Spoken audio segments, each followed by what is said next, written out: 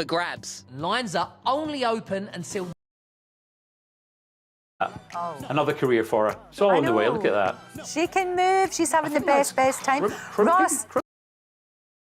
Big with ITV Daytime. Congratulations. Elon Musk has taken a stand against Kanye West. That's right after the competition.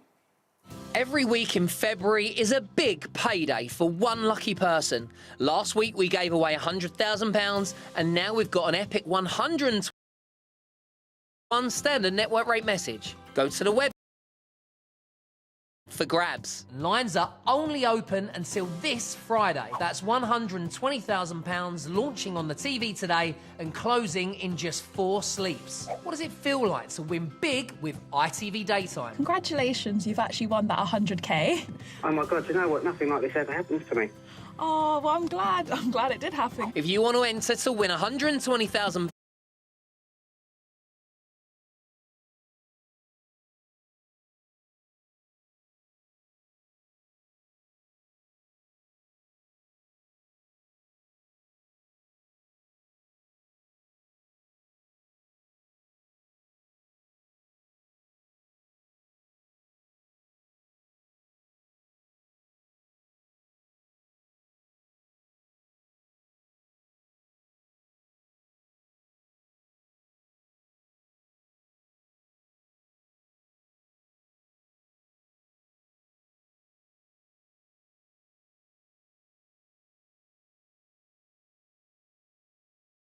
Alongside our Ross in Los Angeles. And Ross, I wanted to ask you, because something has just happened.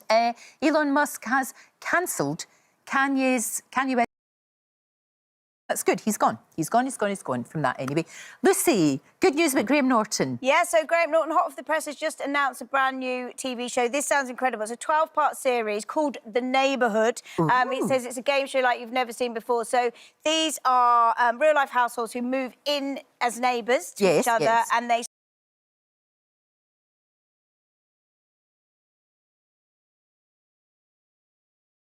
It really sounds interesting. Sounds and good. I'm sure it'll be very cutthroat. Yes, I do like him. He's ever so good. Now, The press has just announced a brand new TV show. This sounds incredible. It's a 12-part series called The Neighbourhood. It says it's a game show like you've never seen before. So these are real-life households who move in as neighbours to each other, and they sort of live and breathe the reality show, voting. First time since 2009. Ticketmaster was under investigation because of the dynamic pricing, because all the prices went up from 148 to 355. Now, several fans have...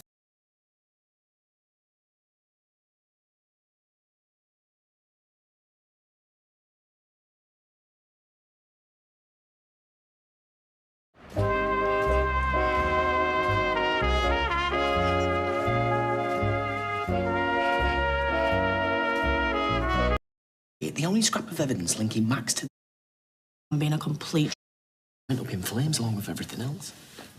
This scrap of evidence link. Sure. Same logo as the CCTV. Some obscure skateboard brand. There's a place in the northern quarter stocks them. Where did you find it? Industrial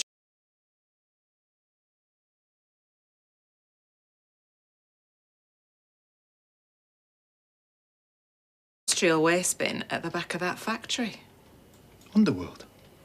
Fast track it to forensics. I need to crack Woman's interview. But get the name of that skate shop as well. This is heating up nicely.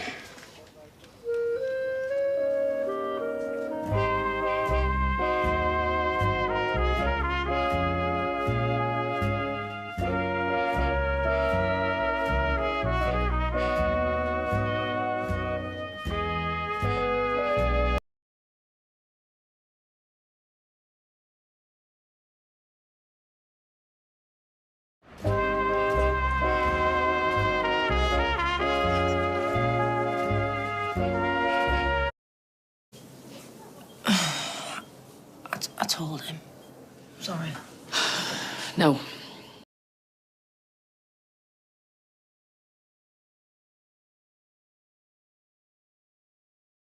So they're old specs. They're Eric Morecambe's glasses.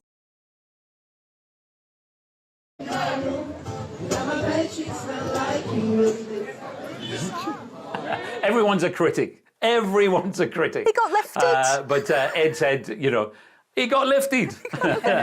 He said 100%. Not his fault. They had it all arranged. It was all meant to be happening. And so anyway, he said, I'll see you all at the concert later. And good. And he's fine. Oh, that's good. Lucy, tell me about Robbie Williams. He's got... Oh, fantastic. Yes, uncanny. Ross, thank you so much. Lucy, thank you very much indeed. And that's nearly it from us. Of course, Kat and Ben are here very shortly. Hi, you two. Morning. We're going to bring you some sunshine.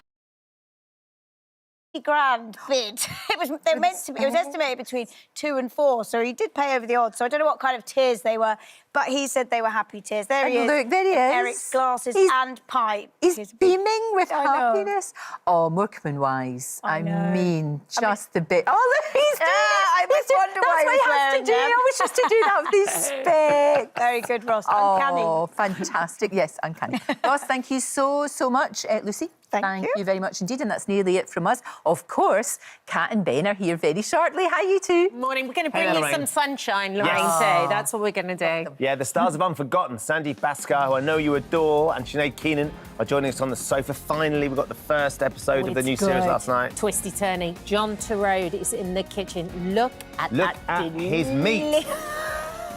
It's the perfect Valentine's Day steak. Yes, and how about a terrarium, a DIY terrarium workshop from David Dominy? You can't do anything to damage these plants. It's impossible. And once again, we're talking about the weight loss drugs and talking about how that they can reduce your hair. Yeah, hair loss. We were talking about skinny face last week. This week is about hair loss that can be a side effect of taking the jabs. Okay, thank you, guys. I'm just going to be chubby, and that'll be fine. Well, John Turodi's meat will sort you out. Thank you very much. Thank you. I look forward to that. And that's all for today. Dilly Carter, Sarah Cox tomorrow. Have a great day. See you at 9 tomorrow.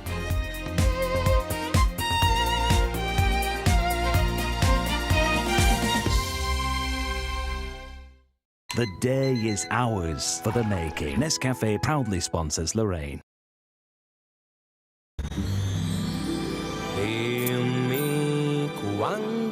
Premium comfort? The French savoir-faire? Details are important, and that's what makes your family holidays at Yellow Village campsites unforgettable. Book your holiday with Yellow Village now.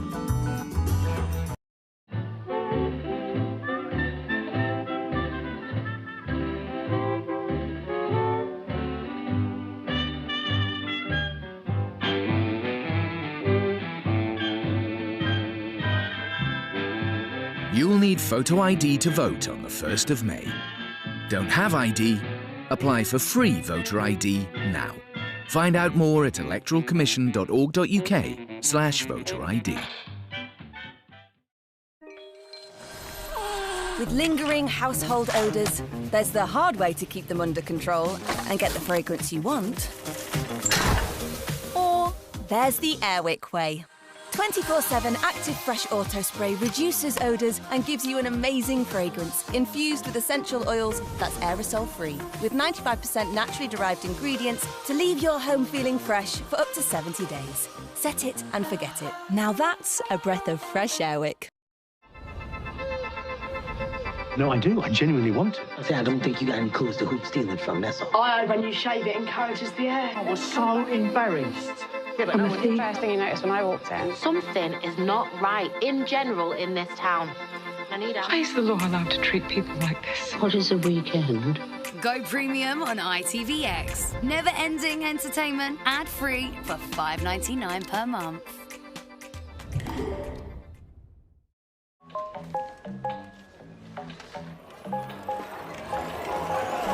Easy. Find a pet-friendly Italian restaurant with outdoor seating nearby and text it to Luca. Find it real quick. Send it really quick. Wow, the place is sick.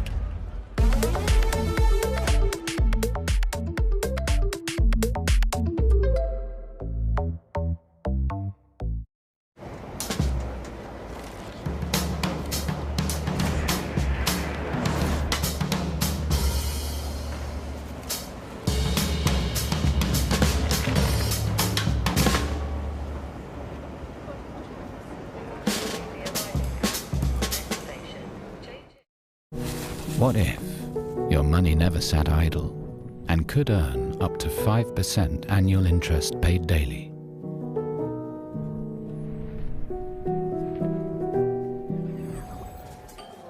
Oh, and withdraw it at any time. Sir, we've hacked 21 satellites, and now we're one step closer to world domination. Do you know how I know this? Because that's all we ever do. All day long. Aren't you all tired? Tired, sir? Yes. I've had enough. Sir. Boots. Happy days. When you've done enough, Uber Eats.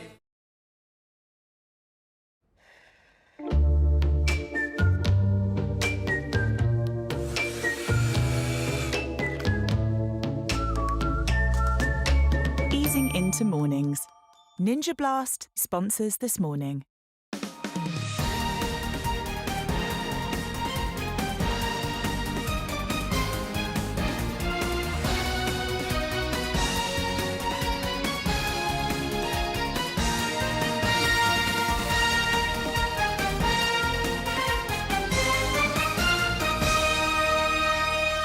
Hello there, and welcome to your Mondays this morning. I've just learned that Ben Shepherd has had a foot spa with fish. Oh yeah, you know those little fish that you put your feet in the fish and they nibble away. Yeah, one of those. It was peculiar.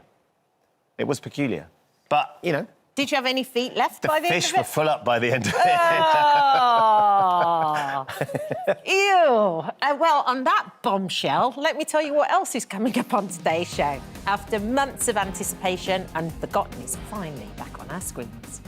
Perhaps more significantly, what do you see if I go in close? They're cut marks. Yeah, even to the naked eye, they look like cut or saw marks. My guess is this body was put in there, already dismembered. Jeebies, I just couldn't deal with it. As the detective drama continues tonight, Sanjeev Bhaskar and Sinead Keenan join us on the sofa. And love is in the air with Valentine's Day around the corner. We all know the way to someone's heart is through their stomach, which is why John is in the kitchen, and you've got something special for us today, John. Yeah, well, the thing is that what happens this week is that all the supermarkets do specials on steaks. Right. Meal deals, all that sort of stuff. And I think that people get really scared about cooking them. So what we're going to do today is show you how to cook different steaks in different ways to make sure they're restaurant standard. We're going to do a ribeye, we're going to do a sirloin, and we're going to do a reverse seared piece of beef with the bone in. Like a really big piece. A reverse sear? Yeah, so basically you cook it in the oven to a certain temperature, then you bring it out and you sear the outside to get the colour on it. Yeah. And that guarantees to be cooked perfectly all the way through every single time. And of course, we're going to have chips with that. Got to have the chips with it. And peppercorn sauce. Peppercorn sauce, mustard, and even ketchup for you, Ben, because we know how much you love ketchup. Days. Come on, John. Yeah. Delicious, thank you. Thank you. Plus, with NHS waiting lists hitting an eye-watering 7.5 million, many are wondering whether turning to private healthcare is the answer.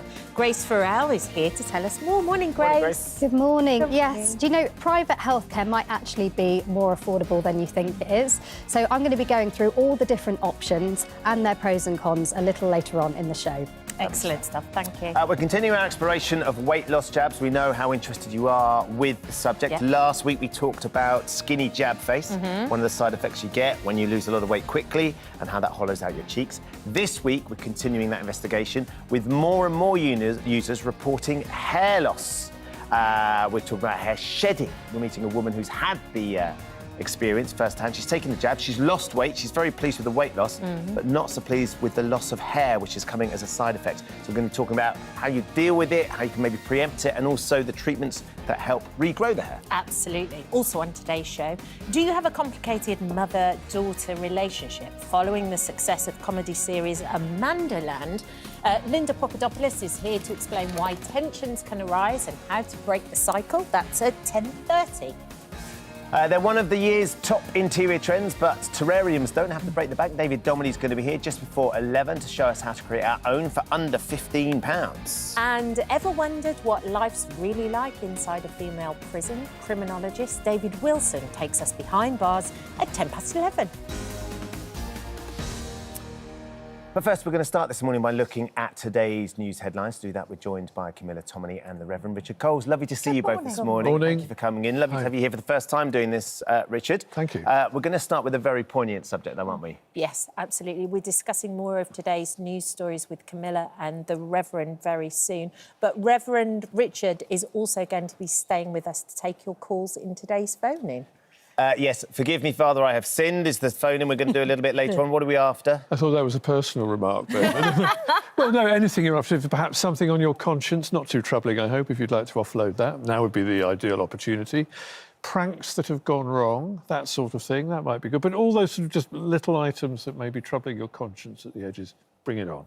He's ready for it. He's fighting talk. Give us a call for free on 08000 30 40 44 or scan the QR code on screen now to get involved using our free This Morning app. Please get in touch by 11:15 today, and you must be 18 or over. Now then, I'm not sure if you were watching Good Morning Britain this morning, but Susanna conducted some extraordinary interviews with the parents of two of the Southport victims, Elsie Stancombe and BB King. It was the first time that they've been speaking. They were truly remarkable in how they spoke so eloquently about their beautiful little girls. Two of the parents wanted to remain anonymous because of legal reasons, but let's have a look at some of the things that they said. She was truly born special. She was just so excited to do everything, wasn't she? Her nature was so pure. She was a beautiful, funny, crazy, gorgeous girl. We just dropped her off to dance and make bracelets. That's all we did. But if we hadn't been there, it wouldn't have happened.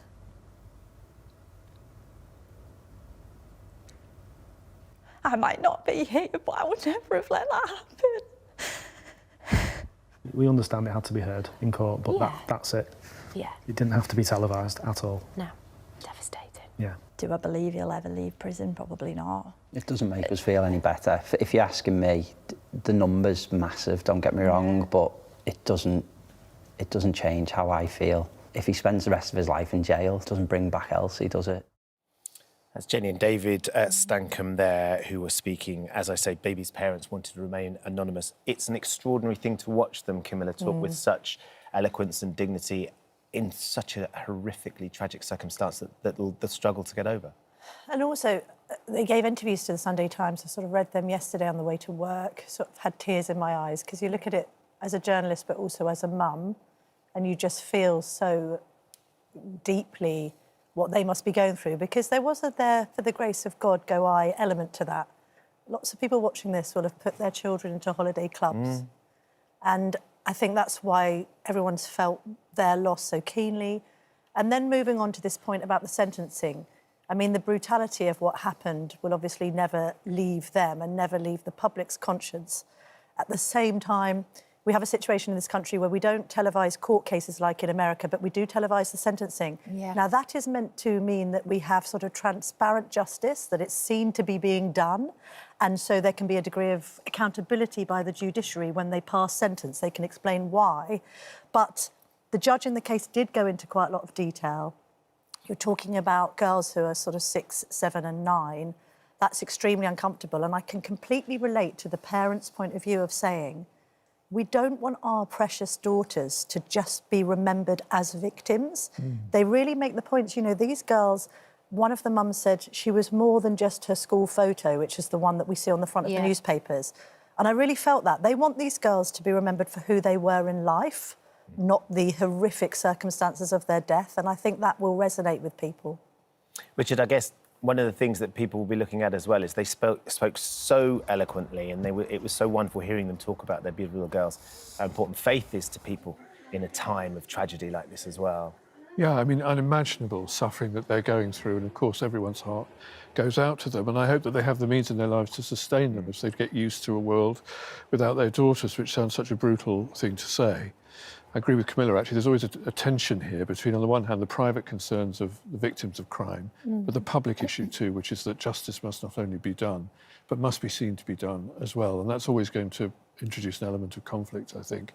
I just hope now that that can be put behind us. The person responsible for these crimes is rightly in prison, and I imagine he's going nowhere soon. And I just hope that the parents now have a bit of a chance to try to adjust to a life with that unimaginable loss of their child. How long has this happened for, Camilla, that the sentencing... Yeah, it's quite a recent thing, because it's this idea of trying to make sure that courts are a bit more accessible to the public. Obviously, journalists will go into courts and report. And in many cases, it works, because we have had times where judges have passed sentences and they've been challenged by the public. Right. They're too lenient, and then a government minister has to get involved, usually the Justice Secretary, and try and decide whether it's been an unduly lenient sentence. Yeah. This case was so high profile. Yeah. It also, of course, involved rioting around the time that it happened last summer, and therefore I think there was a need to sort of say this is why. And it wasn't a life tariff because the killer, let's not even name him, he was underage at the time. He then became 18 and he got 52 years. I think there was a desire for that to be explained to the public very, very carefully.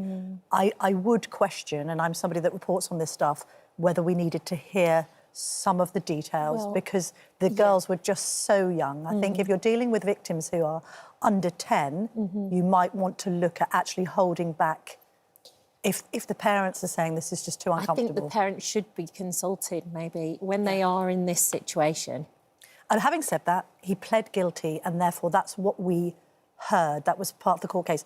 Don't forget, if he had pleaded not guilty, we would have been subjected to weeks and months of the grisly details of this. So in a way, for the families, it was a saving grace. Otherwise, they'd have had to have sat through the most appalling and traumatic testimony. We do also, of course, need to know what happened, what went wrong. Why was he reported to Prevent 3 times, I think? Yeah. And that wasn't enough to have constraints on him to prevent this happening. How was he able to buy a knife online in that way?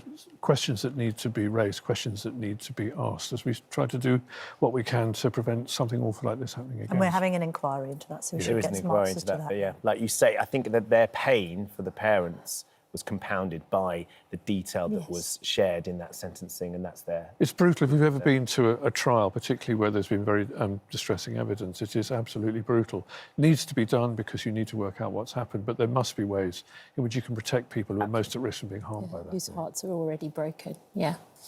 Thank you.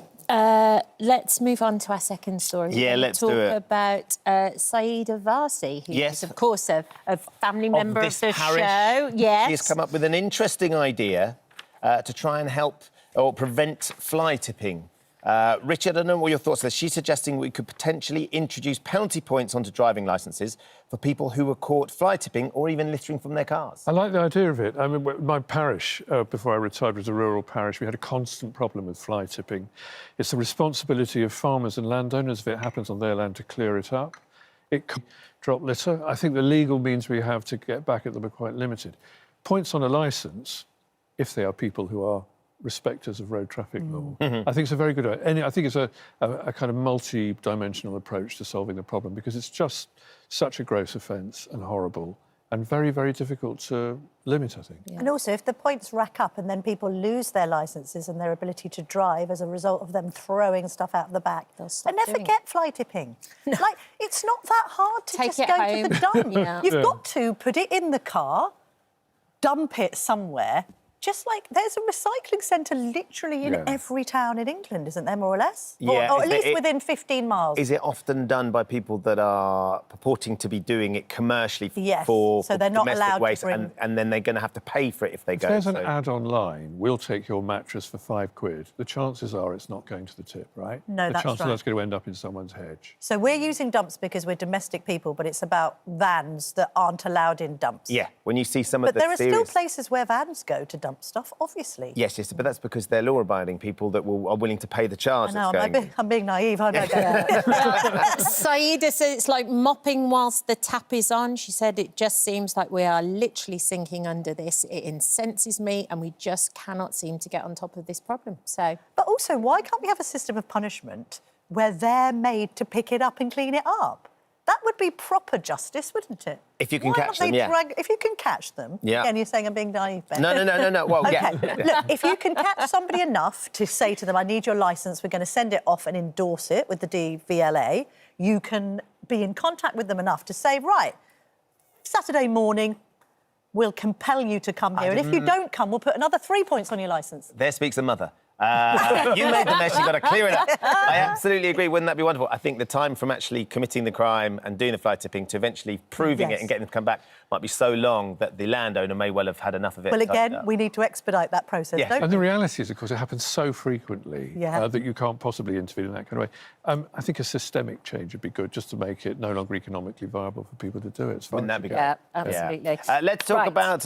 Richard's in the spotlight Richard, now. let's You're talk in about... You're in the hot seat. This is a home game for you. Go for it, Kat. I'm going to have a non-alcoholic wine and gluten-free bread should not be used as a substitute during Holy Communion. The governing body of the Church of England has ruled. Yes. What say you? Well, they're upholding the status quo, if you see what I mean. The canons, B17, I think, which is very ancient, the Church of England, says that you've got to use regular bread and also wine with alcohol for it to be valid. No reason at all, I think, why you can't alter that. In fact, most churches I know have been quietly offering gluten-free for those who need it. Really? I think the Roman Catholic Church changed the rules recently, so you are able to give non-alcoholic wine for people who have an intolerance to that or maybe recovering alcoholics. Why that's not something that we can embrace the prospect of change so readily, I don't know. I suspect people just do it quietly anyway. Is there any symbolism in having being specifically alcohol and or specifically gluten? bread? I think it's just upholding the ancient tradition. There might be That's something what it always was. Yeah, it might be something to be said for that, keeping your traditions going. But I mean, I think the point of bread and wine is the critical one. Why that shouldn't be gluten-free and why that shouldn't be alcohol-free, I don't really get. Seeing as they're symbolic. They're symbols, I mean, it's symbolic of the blood of Christ and the body of Christ, and therefore it should be okay that it's... But that would involve change. And that's like moving a pew, you know. Yeah. That's really something which we kind of... There's something about the institutional church which is very much invested in preserving traditions unchanged. There is something to be said for that, I think, in a world of ceaseless change. I'm not sure that this is a hill worth dying on. No. No. Interesting stuff. We're going to be discussing more of today's news stories with Camilla and Reverend Richard next, including Trump's ongoing feud with Prince Harry and Meghan. Plus, Sinead Keenan and Sanjeev Bhaskar are back on the case following the return of Unforgotten, the crime-fighting pair. Join us on the sofa. We'll see you after this.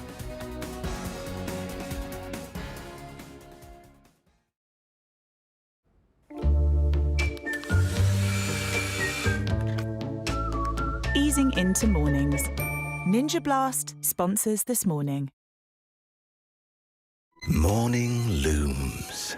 The night still weighs heavy, but with the finest aromas of